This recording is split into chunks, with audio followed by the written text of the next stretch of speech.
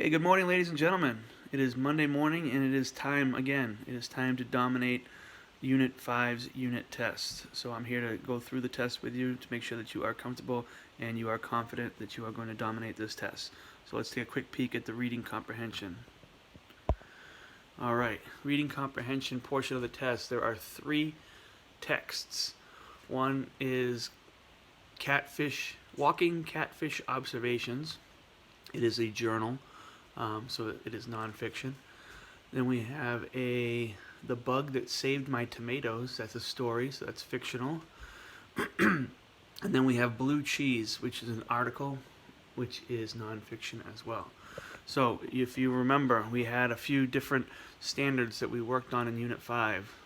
Two of them were about inferences. One is an inference that you make in nonfiction when you take the information from a nonfiction article and you make a educated guess on the answer of that or about one of those things. And then inferences in fictional stories is how a character feels or what we know about a character based on some of the clues, what they do, what they say, how they look, things like that. Okay, those are two of those. And the next two standards, one is structure of a nonfiction article. In other words, how it's built. In this unit, we had a lot of problems and solutions. If you remember the toad story, the toad was a big problem, but the cane beetle was a big problem first, then it was a toad problem. And in fictional stories, we have plot. What is important to make part of the plot and what could be just left out, what is just some random details in the story, okay? What's the most important events in the story that makes up the plot, okay? So let's take a quick peek at this text. Walking catfish observations. It is about 4 paragraphs long and ends with a map. The caption says, walking catfish are found in the shaded areas. So you can see the shaded areas are shaded in green in mine.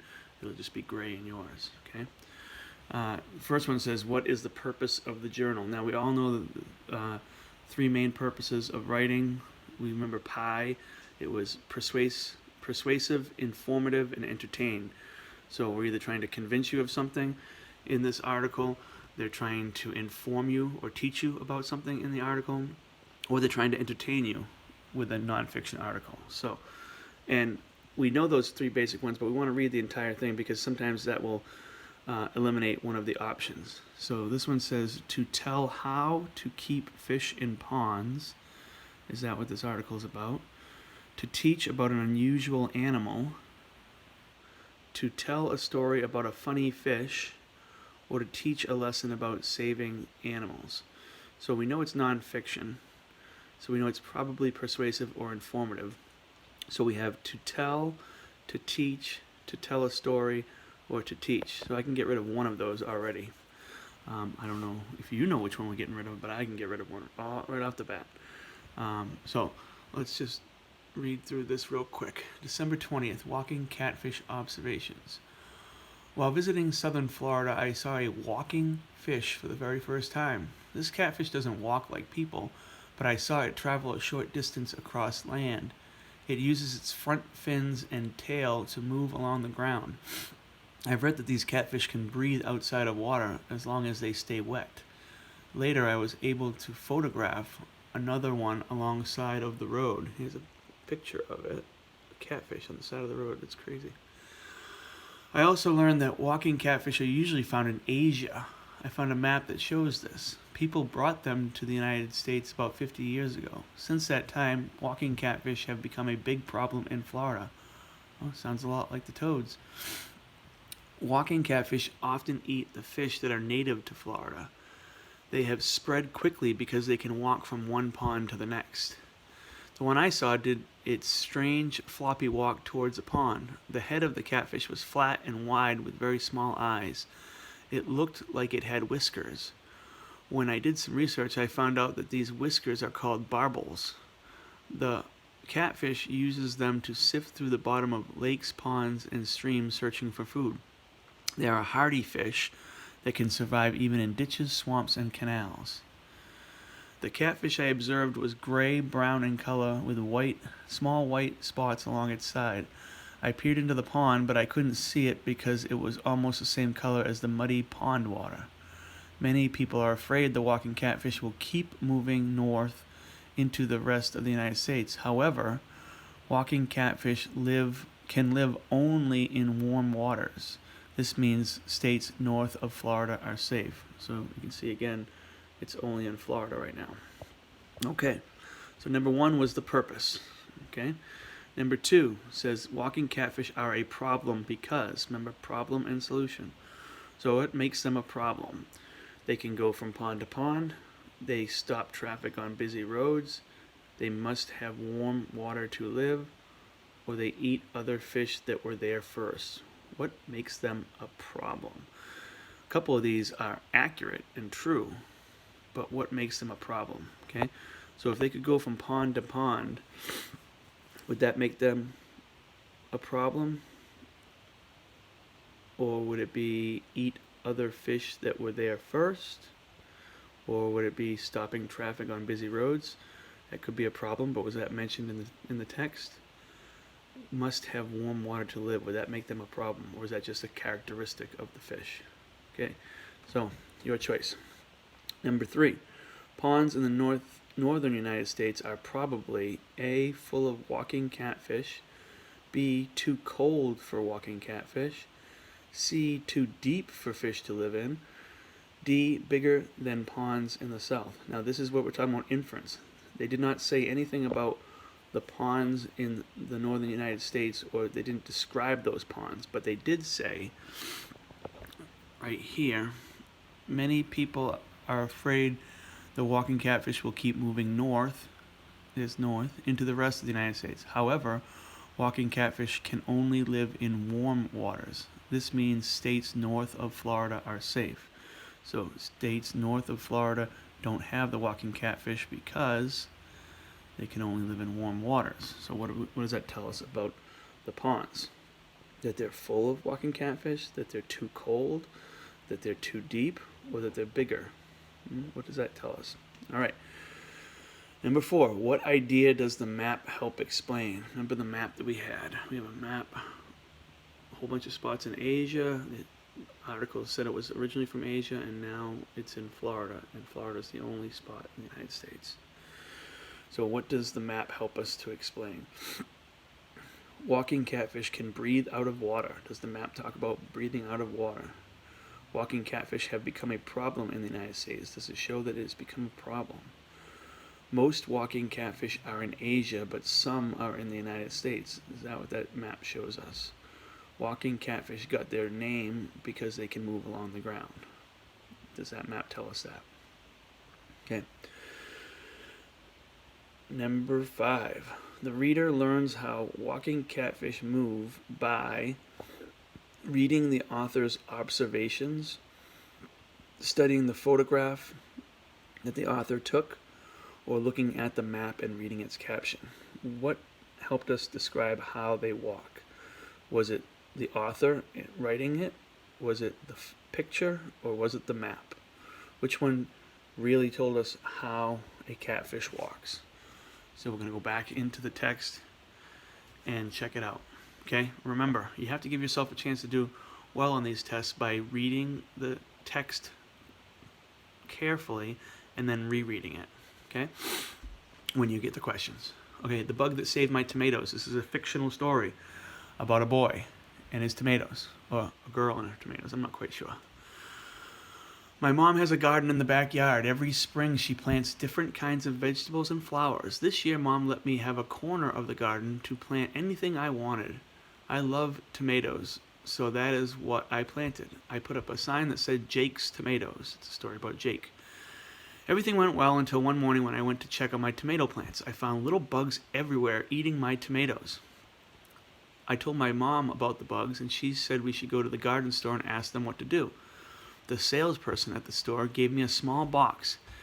He told me that if I took the box home and opened it in the garden, the next day all the little bugs would be gone. I asked him what was in the box, and he said it was full of ladybugs. I thought that he did not understand, so I explained again. I told him that I already had bugs and that I did not need any more bugs. The salesman nodded wisely and said I should trust him. When I got home, I opened the box in the garden. Right away, the ladybugs began to crawl all over my tomato plants. I hoped that the plan would work. The next day, when I went to look at my tomato plants, the ladybugs were still there, but all the little bugs were gone. I asked Mom where all the little bugs went, and she explained that ladybugs eat other bugs. The ladybugs had saved my tomatoes. So we learned that the bug that saved my tomatoes were ladybugs, and you can see a picture of a ladybug on there. Okay, so here we go. We're going to have questions about plot, we're going to have questions about characters, and we're going to have some inferences, right? All right, what happens right after the boy finds the bugs on his tomatoes? What happens right after I found little bugs everywhere? What happens right after? So we know where to go. Location, location, location. He goes to the garden store. The ladybugs crawl all over the plants. He takes a box of ladybugs to the garden, or his mom gives him a corner of the garden. All of these happen in the story. Only one of them happens right here. Okay, so check that out.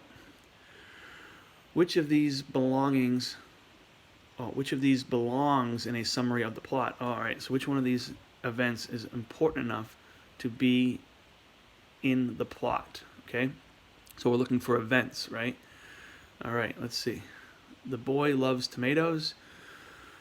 That be in a summary of the plot. The ladybugs were in a box. Would that be a summary of the plot?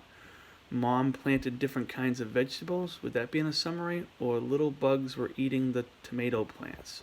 Which one of those actions would be a part of the summary? Now, just to help you out a little bit, the ladybugs were in a box. If the ladybugs were in a bag, would that have changed the story dramatically? No, right? So we know that that's not really a big part of the story. It's a detail. It's not a major event. Okay? All right, here we go. From the story, you can tell that the man at the garden store, remember the man at the garden store gave him the ladybugs, told him to put them on there, nodded wisely and said, I should trust him, right? So does all that tell us that he grows his own tomatoes? He might, but does that tell us that? Maybe. That he knows a lot about ladybugs? Would that tell us that he knows what the ladybugs will do? Likes to play tricks on people. Was he playing a trick on the boy when he gave him the ladybugs, or was he trying to help him? Does not understand the boy's problem. Remember, the boy thought he didn't understand what he meant, but did he? I don't know, you tell me. Okay. Number 9. What do the ladybugs do on the tomato plants? Remember, we didn't actually see what happened. We heard what happened. Remember, it says the next day, when I went to look at my tomato plants, the ladybugs were still there, but the little bugs were gone. And this says, what do the ladybugs do to the tomato plants? Do they fly away from them? Do they eat the bugs on them? Do they hide behind the leaves? Or do they chew holes in the leaves? Oh, we better get that one right. Number 10. What does the boy learn at the end of the story? Ooh, a lesson at the end of the story. Some bugs are helpful. The bug that saved my tomatoes. Some bugs can be helpful, maybe. Tomatoes grow slowly. Did he learn that? Fresh tomatoes taste good. Did he learn that in this story? Or parents are sometimes wrong. No way. All right. So, hopefully we got that one right. The last one is a informative text, non-fiction, about blue cheese. Okay. Let's keep going. We're rolling here. When food sits around long enough, something fuzzy will start to grow on it. This stuff is called mold, and it usually means it is time to throw the food away. However, there is one kind of food that people tried to make moldy. It's called blue cheese, and people all over the world eat it. No one knows for sure when blue cheese was invented. There is a popular old story about a shepherd who left his cheese lunch inside a cave. When he returned weeks later, he found that his cheese was moldy. He was very hungry and there was nothing else to eat, so the shepherd ate the moldy cheese. Luckily, the cheese was safe and it was also delicious. Excuse me. The story may or may not be true. However, since cheese must sit for a long time in a cool, damp place, caves are a good place for making almost any kind of cheese. Caves also have a lot of mold growing in them, which is great for making blue cheese.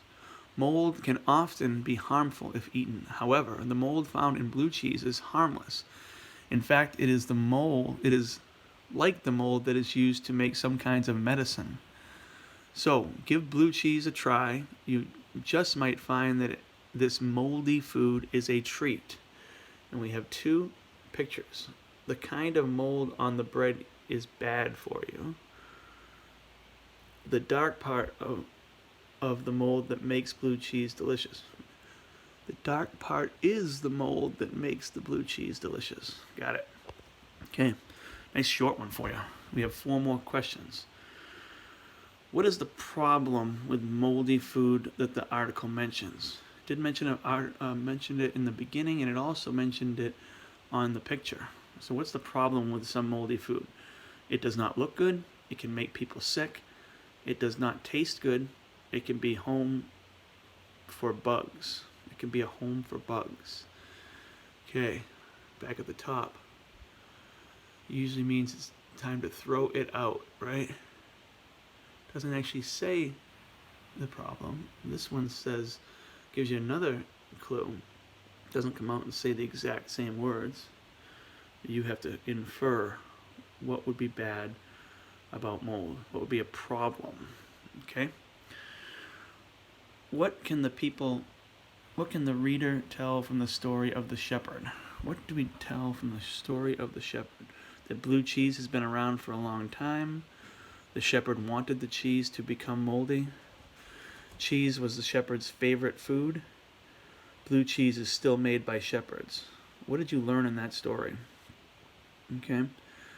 It might not be part of the story, or it might be. Okay, this would be directly from the story. The shepherd wanted the cheese to become moldy. Is that true? He wanted the cheese to become moldy? Or a lesson there, the blue cheese has been around for a long time? Or these two, cheese was the shepherd's favorite food, or blue cheese is still made by shepherds? Toughie. You go back in, read the article, and come up with your best guess. What facts support the key concepts that some molds are useful? This is going back to Unit 4, okay? Some molds are useful is the opinion or the fact that we found, okay? We need to find a detail that supports that, right? We need to find something that proves that molds are useful. The dark part of blue cheese is the mold. Does that prove that it's useful? Mold grows easily in cool, damp places. Does that prove that it's useful? Food left out too long will develop mold. Does that prove that it's useful? Some medicines are made from mold. Does that prove that mold is useful? Remember, you have to keep going back to this, right?